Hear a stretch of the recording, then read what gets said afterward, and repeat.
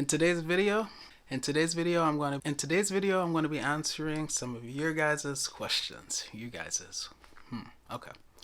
Let's get to it.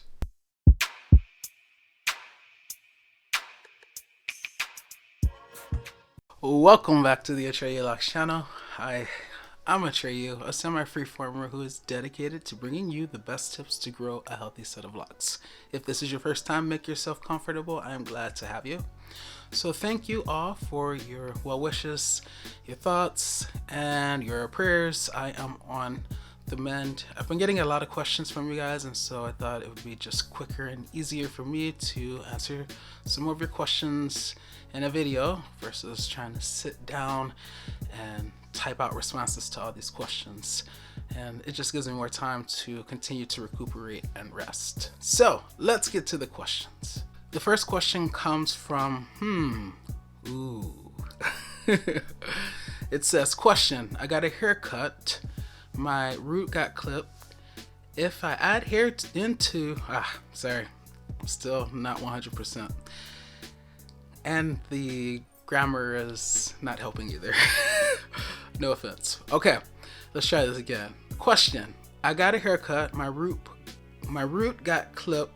If I add hair into the root, will it help with the support of the lock, or wait until everything roots back? It'd be better because I feel tension from that area that got clipped. All right, so let me translate. So basically, I got a haircut and my roots accidentally got clipped, and I'm wondering if it'd be better for me to let the roots grow back and then add hair into them, or if I can just add hair. I don't know if it's fake hair or real hair, like beard hair like me, or just hair to the roots, if that will help. But I'm feeling some tension from that area that got clipped. So I did respond to this question already, but I thought it would be a good question for everyone to hear my response to. So let me just say, I don't know why you would be feeling tension in that area if your root got clipped. Usually if you separate the hair that's extending from your roots to the lock, then it seems like it would be less tension because it'd be less attached hair. But whatever the reason is, let me just say that I don't think that just adding some extraneous hair to that area is going to do much for the lock itself. In fact, it could have a very bad impact because you're adding hair to that area, which means that the lock is getting heavier, but the lock isn't being supported by any more hair that's coming from the roots, if that makes sense, right? So you're adding more hair to the lock, which is making it heavier, but now because some of the hairs got accidentally clipped when you got your hair cut, there are fewer hairs coming from your roots to support that lock. Then that could stress out the lock even more and cause more of those hairs that are still connected to the root to break, especially if you're not keeping your locks moisturized properly and they're becoming dry and brittle. So just adding hair to the root, just adding hair, I guess, kind of to the root or in that root area, I don't think that will help. My suggestion would be to allow your hair to regrow in that area where it was nicked with the clippers or whatever.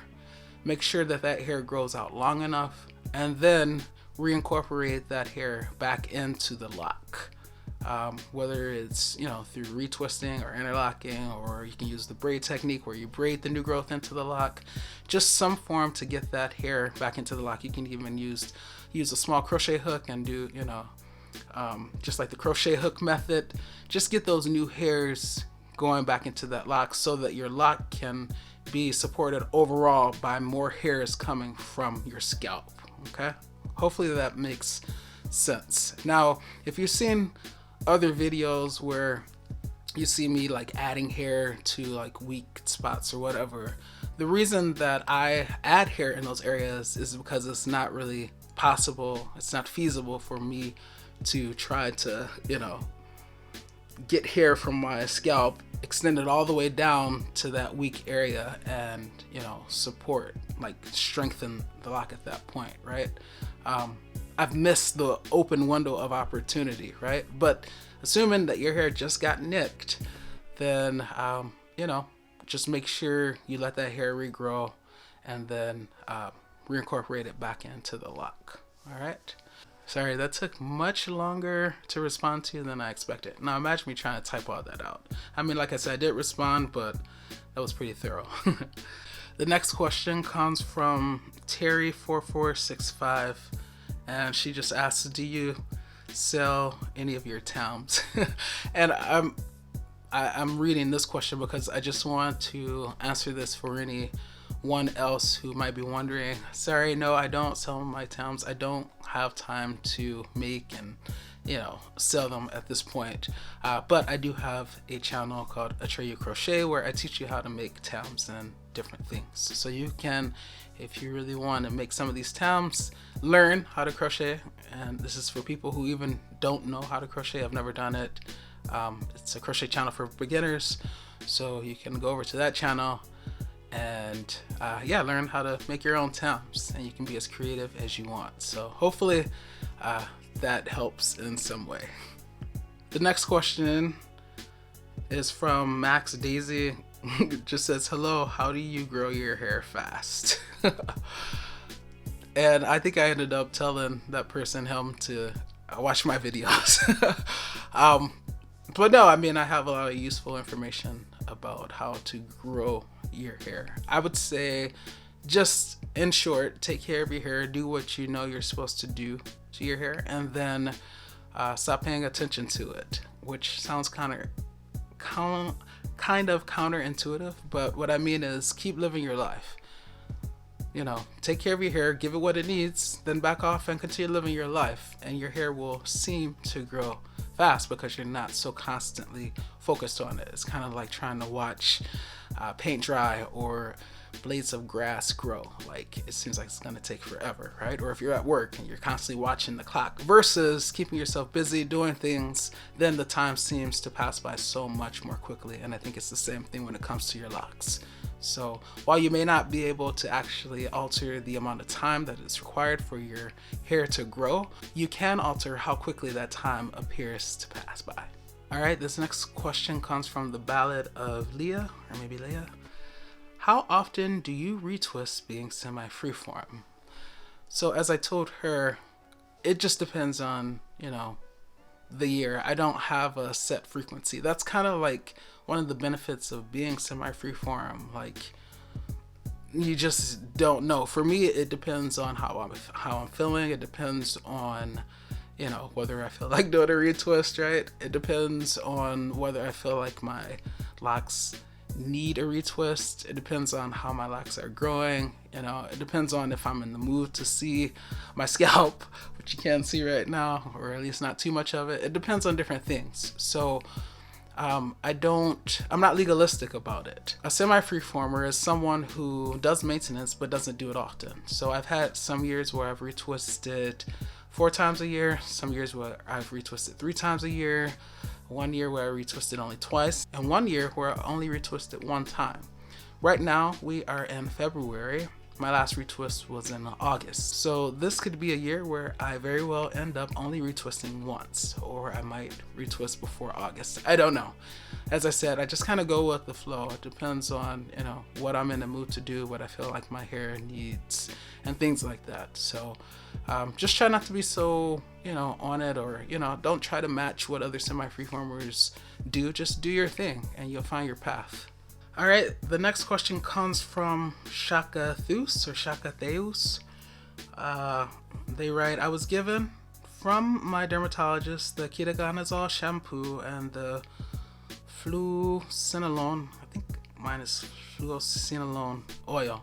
Did you use the oil twice a day? How often did you wash the oil out? This is for someone who is suffering from seborrheic dermatitis. So, yes, in terms of the oil, I used it once a day for the period of time that I was supposed to use it. So Usually after I wash my hair, then I would put the oil, just a few drops of the oil in my hair, and massage it into my scalp. And I think you were supposed to, if I'm remembering correctly, you're only supposed to use it for